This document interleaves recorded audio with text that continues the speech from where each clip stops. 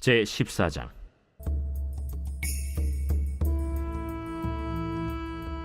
하루는 사울의 아들 요나단이 자기의 무기를 든 소년에게 이르되 우리가 건너편 블레셋 사람들의 부대로 건너가자 하고 그의 아버지에게는 아뢰지 아니하였더라. 사울이 기브와 변두리 미그론에 있는 석류나무 아래에 머물렀고 함께한 백성은 600명 가량이며 아히야는 에봇을 입고 거기 있었으니 그는 이가봇의 형제 아히두베의 아들이요 비느하스의 손자요 실로에서 여호와의 제사장이 되었던 엘리의 증손이었더라. 백성은 요나단이 간 줄을 알지 못하니라. 요나단이 블레셋 사람들에게로 건너가려 하는 어귀 사이 이쪽에는 험한 바위가 있고 저쪽에도 험한 바위가 있는데 하나의 이름은 보세스요 하나의 이름은 세네라. 한 바위는 북쪽에서 믹마스 앞에 일어섰고 하나는 남쪽에서 게바 앞에 일어섰더라. 요나단이 자기의 무기를 든 소년에게 이르되 우리가 이 할례 받지 않은 자들에게로 건너가자 여호와께서 우리를 위하여 일하실까 하노라. 여호와의 구원은 사람이 많고 적음에 달리지 아니하였느니라. 무기를 든 자가 그에게 이르되 당신의 마음에 있는 대로 다 행하여 앞서 가소서. 내가 당신과 마음을 같이하여 따르리이다.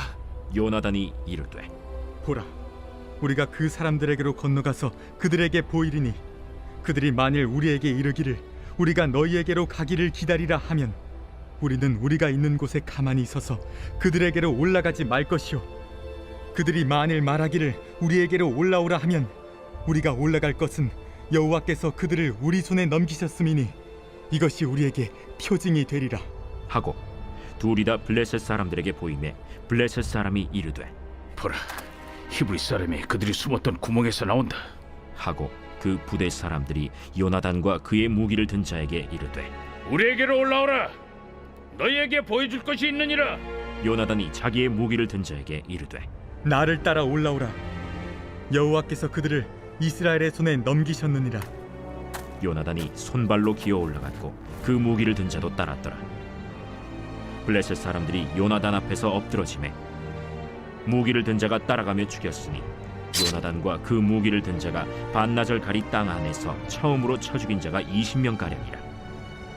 들에 있는 진영과 모든 백성들이 공포에 떨었고 부대와 노략군들도 떨었으며 땅도 진동하였으니 이는 큰 떨림이었더라.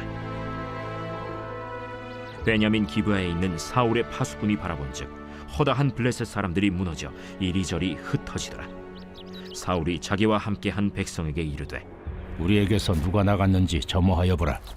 점호한즉 요나단과 그의 무기를 든 자가 없어졌더라. 사울이 아히야에게 이르되 하나님의 궤를 이리로 가져오라. 그때 하나님의 궤가 이스라엘 자손과 함께 있음이니라. 사울이 제사장에게 말할 때 블레셋 사람들의 진영에 소동이 점점 더한지라.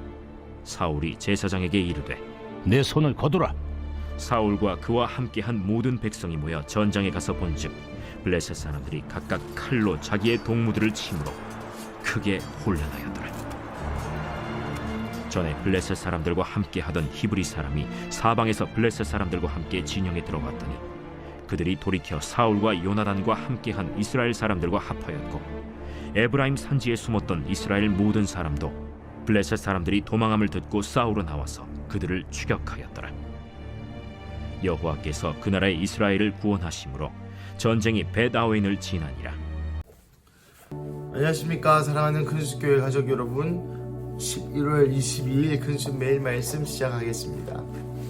오늘 본문은 사무엘상 14장 1절부터 23절까지 말씀입니다. 오늘 본문은 요나단이 블레셋에 습격을 하여 승리하는 장면인데요. 오늘 1절부터 5절까지는 현재 처한 상황에 대한 묘사입니다. 2절을 보시면 석류나무 아래 함께한 백성이 한 600명 가량 되었는데 그 중에는 3절 아히야 제사장도 포함되었던 것이죠. 하지만 이 요나단이 4절 5절에 보면 이 협곡 사이를 건너야 블레셋 사람들에게로 갈 수 있다는 것을 깨달았습니다. 이 협곡이라 하면 한쪽 바위가 있어 산세가 험하고 암벽 등반을 해야만 넘어갈 수 있는 그러한 산세가 험한 지형이다 라고 성경은 표현하고 있습니다. 6절에서 15절까지의 말씀을 보시면 그래서 요나단이 하나님께 기도하여 하나님께서 여호와께서 우리를 위하여 일하실까 하노라 라는 소망을 가지고 이 산세를 넘어갈까 말까 고민하던 중에 위에서 우리를 이리로 올라오라고 하면 그것이 뜻인 줄 알고 올라가서 치고 내려가겠다 하면은 가만히 서서 기다려야겠다라고 나름의 어떤 사인을 확증을 가지고 이렇게 되면 이렇게 될 것이다 라는 확증을 가지고 기다립니다. 때마침 그들이 말하기를 10절 우리에게로 올라오라 라고 얘기하면 여호와께서 우리를 손에 넘기실 것이다 라는 확증을 가지고 실제로 12절에 보면 우리에게로 올라오라 너희에게 보여줄 것이 있다 라고 사람들이 이야기하죠. 그래서 요나단과 사람들이 올라가서 그들을 다 쳐 죽이게 됩니다. 이때까지만 해도 이것을 몰랐던 사울이 있습니다. 16절부터 23절까지 말씀인데요. 17절에 보면 사울이 자기와 함께한 백성에게 이르되 우리에게서 누가 나갔는지 점호하여 보라 한즉 요나단과 그의 무기를 든 자가 없어졌더라. 사랑하는 가족 여러분, 이 전쟁에서의 왕자의 위치는 너무나도 중요한 것입니다. 왕이 전쟁을 하다가 죽으면 그 다음을 이어야 되기 때문에 오히려 왕이 용맹하다면 왕이 죽을 확률이 높으면 높아질수록 왕세자, 그러니 다음 왕이 될 왕의 아들을 지키는 것이 바로 전쟁의 가장 중요한 부분인 것이죠. 하지만 사울은 깨닫습니다. 갑자기 점호 인원이 얼마나 남았나 체크를 하는 순간 자신의 아들과 자신의 아들의 무기를 든 그 수종자가 없어졌다 하는 것을 깨닫죠. 그러자 사울이 어떻게 했냐? 18절입니다. 사울이 아히야에게 이르되 하나님의 궤를 이리 가져오라 하니 그때 하나님의 궤가 이스라엘 자손과 함께 있음이라. 사랑하는 가족 여러분, 이 19절이 오늘 본문에 18절이 오늘 본문의 저는 주제라고 생각합니다. 물론 오늘 본문에 요나단이 용기를 내어서 하나님께 기도하였고 또 하나님께 확증을 받았고 그래서 사람들을 쳐 죽인 것에 대한 놀라운 승리가 있지만 그 이면에는 사울의 패배가 있는 것이죠. 어떤 패배입니까? 어제 본문부터 사울은 내리막길을 걷기 시작합니다. 제가 일전에 말씀드린 바 사무엘상 하하는 한 권의 사무엘이라는 책으로서 한나 그리고 사무엘, 사울, 다윗 이 네 명의 인물을 중심으로 한나로부터 시작한 이 이야기가 사울이 어떻게 흥하였고 어떻게 망하였는지, 다윗이 어떻게 흥하였고 어떻게 망하였는지, 그리고 다시 어떻게 회복하는지에 대한 책이다라고 말씀드렸고, 이 사무엘이라는 사람이 한나에게 또 사울에게 다윗에게 어떤 영향을 미쳤는지 그러한 얘기가 중점적으로 이 네 인물을 통하여 이루어진다라고 말씀드린 바 있습니다. 오늘은 이 사울이 왕이 되었다가 영광스러웠다가 이제 어떻게 내려가는지, 점점 망하고 있는지에 대한 장이죠. 사실 어제 본문부터 그렇습니다. 이 제사를 드려야 되는데 사울이 늦게 오긴 늦게 왔습니다만은 사울이 늦게 왔다 하더라도 제사법, 율법에 의하여 번제와 화목제물은 왕이 드릴 수 없을 뿐더러 제사장만 드려야 되는 것입니다. 하지만 사울이 편리함, 효용성, 그리고 어쩔 수 없다, 전쟁 중이다, 급했다 등등의 수많은 변명으로 사울이 오는 것을 기다리지 아니하고 자기가 제사를 드려버리죠. 이것이 바로 하나님의 말씀을 불순종한 것입니다. 어쩔 수 없다, 어쩔 수가 없다, 현실이 그렇지 않냐, 어쩔 수가 없다 라는 말로 얘기하는 그 일련의 모든 이야기를 말합니다. 나아가 오늘 본문에서까지 사울이 하나님의 궤를 이리로 가져오라 한 까닭은 바로 자기의 아들이 죽을 상황에 놓였기 때문에입니다. 여러분, 사울은 하나님의 궤를 요나단이 없어졌기 때문에 이리로 가지고 오라라고 얘기하였습니다. 참 마음이 아프죠. 물론 이 구절을 16절에 사울의 파수꾼이 바라본 저 허다한 블레셋 사람들이 무너져 이리저리 흩어지더라 라는 것을 보고 야 궤를 가져와라, 전쟁에 가서 이기자 라고 이해하였을 수도 있겠지만 저는 그렇게 보지 않습니다. 요나단과 그의 무기를 단 자가 없어졌기 때문에 하나님의 괴를 이용하여 빨리 전쟁을 끝내고 아들을 구하고자 하는 그 사울을 봅니다. 물론 좋은 일이죠. 그래야만 하는 일이죠. 하지만 오늘 이 본문에서 사울은 하나님을 목적이 아니라 수단으로 대우하는 것을 보실 수가 있습니다.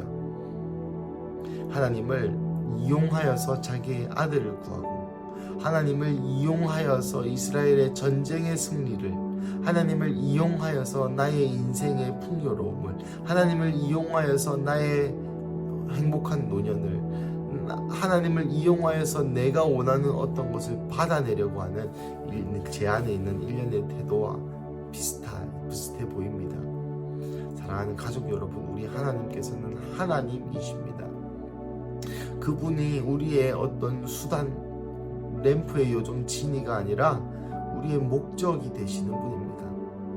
저의 사역의 목적도, 저의 가정생활의 목적도, 저의 인생의 목적도 모두가 하나님인 것이죠. 그래서 하나님을 이용하여서 좀 돈을 더 벌거나, 하나님을 이용하여서 사업에 성공을 하거나, 하나님을 이용하여서 그 어떤 것을 하는 것이 아니라 하나님 그 자체를 사랑하며 하나님을 더 알아가며 하나님을 더 소유하는, 그것이야말로 우리가 살아가야 할 인생인 줄로 믿습니다. 말씀을 마무리하겠습니다.